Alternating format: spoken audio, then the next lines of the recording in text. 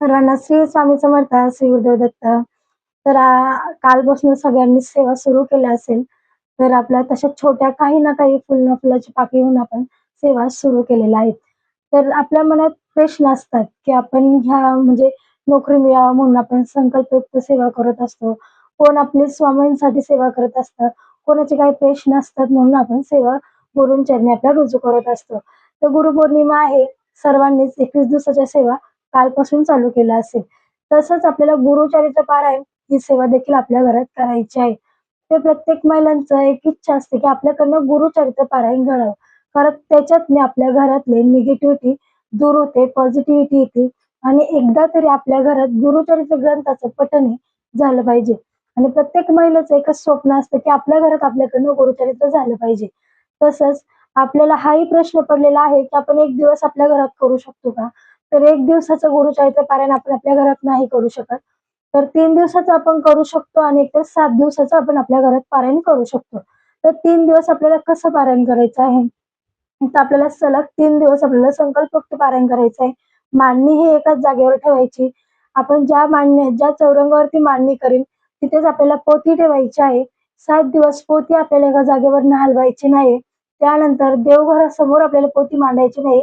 ती साईडला मांडा. कारण नित्यसेवेत आपली रोजची पूजा केली जाते. आपल्याकडनं ग्रंथ हा हलला जातो.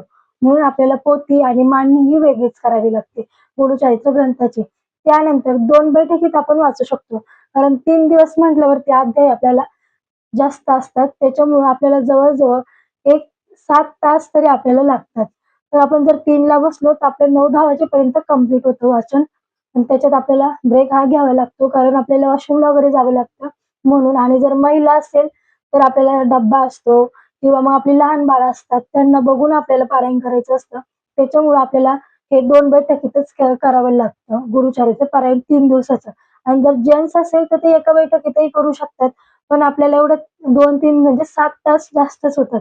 ज्याचं फास्ट वाचन आहे त्यालाही 6 तास लागतात. त्याचं कमी स्लो वाचन आहे त्याला 7-8 तास तर नक्कीच लागतात. कारण अध्याय भरपूर असतात आणि पटपट वाचून काही उपयोग होत नाही. अशा प्रकारे आणि जर दुसऱ्या बैठकीत आपण बसणार असोल, आपण जर वॉशरूमला जाऊन आलो असेल, तर आपल्याला अंघोळही करावीच लागेल आणि अंघोळ करून आपल्याला दुसऱ्या बैठकीचं पारायण वाचावं लागेल. आणि जर तुम्ही शक्य नसेल अंघोळ करणं, तर आपण व्यवस्थित तोंड हात-पाय धुवून आपल्याला गोमूत्र शिंपायचं आहे अंगावरती आणि मग आपल्याला पारायण वाचायला बसायचं आहे. अशा प्रकारे आपल्याला 3 दिवसाचं पारायण करायचं आहे आणि वेळ ही निश्चित ठेवा आणि त्यानंतर नियम काय आहे? नियम पर-अन्न वर्ज्य, त्याचबरोबर ब्रह्मचर्य वर्ज्य. आपल्याला नॉन-व्हेज आपल्याला घरात 3 दिवस करायचं नाहीये. कारण 7 दिवसाचं पारायण म्हटलं ना, की महिलांचा प्रश्न असतो. मग ताई आमच्या घरात पाळलं जात नाही, आमच्या घरात नॉन-व्हेज खाल्लं जातं, आमच्या घरातली लोकं हट्टी आहेत. असं म्हणजे लोकं तर ऐकत नाहीत, जे खाणारे असेल ते हट्टीपणाही करतात. त्याच्यामुळे जर 3 दिवसाचं केलं तर प्रश्नच येत नाही. आपले व्यवस्थित नियमही पाळले जातात आणि व्यवस्थित पूर्णही होतं. जर 7 दिवसाचं केलं, तर तुमच्या घरात पाळणारी व्यक्ती असेल तर त्यांना आवर्जून पाळायला सांगा. आणि जर तुमच्याकडे बाळ वगैरे असेल त्यांना बघून 7 दिवसाचं पारायण करायचं असेल, तर आवर्जून आपण सेवा करून घ्या आणि आपलं खा. पण एकच विनंती, की महिला आपल्या घरासाठी कष्ट करतात, आपल्या घरासाठी सेवा करतात, की जेणेकरून आपलं घर, आपली प्रगती व्हावी म्हणून आपल्या घरात सुख शांती लागावी. त्याचबरोबर आपली मुलं योग्य मार्गावर जावी. यासाठी आपल्या महिला या आपल्या घरासाठी करत असतात. त्याच्यामुळं दादांनो खरंच आपल्या बायकोला, आपल्या बहिणीला, आपल्या आईला साथ द्या. हट्ट करू नका. त्या करत असेल तर त्यांच्या पद्धतीने त्यांना करू द्या. 7 दिवस असे निघून जातात. जर नाही खाल्लं नॉन-व्हेज तर काहीही होत नाही. तर आम्ही तर कायमचेच खात नाही. अशा प्रकारे जरी पण कोण ऐकत नसेल, तर तुमच्या म्हणजे आपण 3 दिवसाचं करू शकतो आणि आपण वाचन वगैरे झालं त्यांना करून देऊ शकतो. असंही आहे. असं नाही की स्वामी सेवेचे पाहिजे. स्वामींना सेवा पाहिजे. काय खाल्लंय त्यापेक्षा सेवा महत्त्वाची आहे. म्हणून आपण आपलं करत राहायचं. त्यानंतर 7 दिवसाचे पण नियम तेच आहे आणि 3 दिवसाचे नियम पण तेच आहे. जर तुम्हाला कमरेचा वगैरे प्रॉब्लेम असेल, तुम्हाला बेडवर झोपायचं असेल, तर तुम्ही गादी काढून ठेवा. त्याच्यावरती रजई वगैरे किंवा मग चटई असते ती अंथरा आणि त्याच्यावरती झोपा. जर काहीच प्रॉब्लेम नसेल तर सरळ चटई खाली जमिनीवर हातरून त्याच्यावरती झोपा. पराज्य वर्ज्य त्यानंतर आपल्याला मांसाहार वर्ज्य. पर-अन्न म्हणजे दुसऱ्याच्या घरचं आपल्याला खायचं नाही.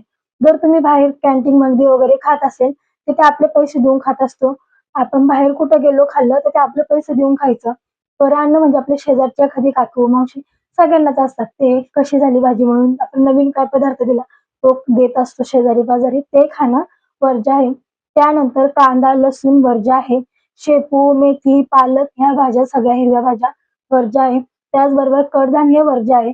त्याच्याने आळस येतो वाचताना, झोप लागते. त्याच्यामुळे या गोष्टी आपल्याला खायच्या नाहीत. तुम्ही भेंडीची भाजी खा, बटाट्याची भाजी खा, अशी तुम्ही भाज्या खाऊ शकता. त्यानंतर आपल्याला 3च धान्य खायचे. एकतर तांदूळ खा, गहू खा किंवा मग बाजरी खा. अशापैकी आपल्याला एक धान्य चॉईस करायचं आहे. 7 दिवस ते एकच धान्य खायचंय. 3 दिवस केलं तरी ते एकच धान्य खाय. नियम हे सेम आहेत, पण नियम पाळून आपण हा ग्रंथ संपवायचा आणि त्यानंतर आपल्याला जर सुतक वगैरे आला, तर तुमच्या शेजारी-पाजारी कोण असेल त्यांच्याकडनं पारायण पूर्ण करून घ्या. सुतक वगैरे आलं, तर आपण ग्रंथ हा मध्ये सोडायचा नाहीये. गुरुचरित्र ग्रंथ हा आपल्याला पूर्ण सांगता करायचीच आहे. कोणाकडनं तरी वाचून घ्या आणि त्या ग्रंथाची सांगता करा.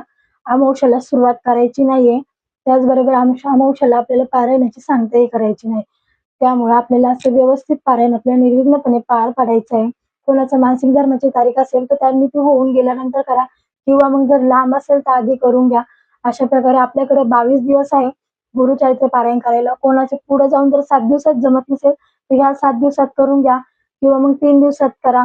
तुमच्या पद्धतीने तुम्ही करून घ्या. फक्त नियम हे आपल्याला व्यवस्थित पाळायचे आहेत. खूप छान ग्रंथ आहे. त्यानंतर आपल्याला वेस वंडायची नाही. 3 दिवसाचं केलं, 7 दिवसाचं केलं तरी पण आपल्याला वेशी बाहेर जायचं नाहीये. आपल्याला कुठे लांब गावाला जायचं नाही. आपल्या इथंच राहायचं. गेलं तरी जर मेजर प्रॉब्लेम असेल तर तुम्ही जाऊ शकता महाराजांना विनंती करून. पण त्यानंतरही पण शक्यतो 7 दिवस कुठे जाऊच नका. आपलं घर सोडून 3 दिवसाचा असेल तर प्रश्नच येत नाही कुठे जायचा. कारण आपण त्या पूर्ण दिवस वाचण्यातच जात असतो कारण अध्याय भरपूर असतात. त्याच्यामुळं कुठे जायचा संबंधच येत नाही. 7 दिवसाचा असेल तर एक ठीक आहे. त्यानंतर आपल्याला ब्राह्मण जोडपं जेवू घालायचं आहे सांगतेच्या वेळेस किंवा मग एक जोडी तुम्हाला भेटली तरी पण चालेल. नसेल तर सरळ कुठं दत्त मंदिर असेल, मठ असेल तिथं तुम्ही फुलाची पाकळी तुम्ही तिथं तुमचं देऊन टाका, दक्षिणा वगैरे. तिथं ते दान केलं तरी पण चालेल, जर तुमच्याकडे ब्राह्मण जोडपं नसेल तर. तर अशा प्रकारे आपल्याला गुरुचरित्र पारायण करायचं आहे. गुरुचरित्र पारायण हे खूप सुंदर पारायण आहे आणि आपल्या घरात एक करा, आवर्जून करा. आपल्या सगळ्या अडचणी असेल किंवा मग तुमचे मोठे-मोठे प्रॉब्लेम असेल हे सुटलेले आहेत ह्या ग्रंथाने. कारण हे आपल्या दत्त महाराजांचा ग्रंथ आहे आणि हे पण जर तुम्हाला जमलं नाही तर सरळ 14वा आणि 14वा आणि 18वा अध्याय आपल्या घरात पठण करा. गुरुपौर्णिमेनिमित्त आपल्या गुरूंच्या चरणी ही सेवा रुजू करा. सर्वांना श्री स्वामी समर्थ, श्री गुरुदेव दत्त. नक्कीच जर व्हिडिओ आवडला असेल तर पूर्ण व्हिडिओ बघा आणि कमेंट करून नक्कीच सांगा.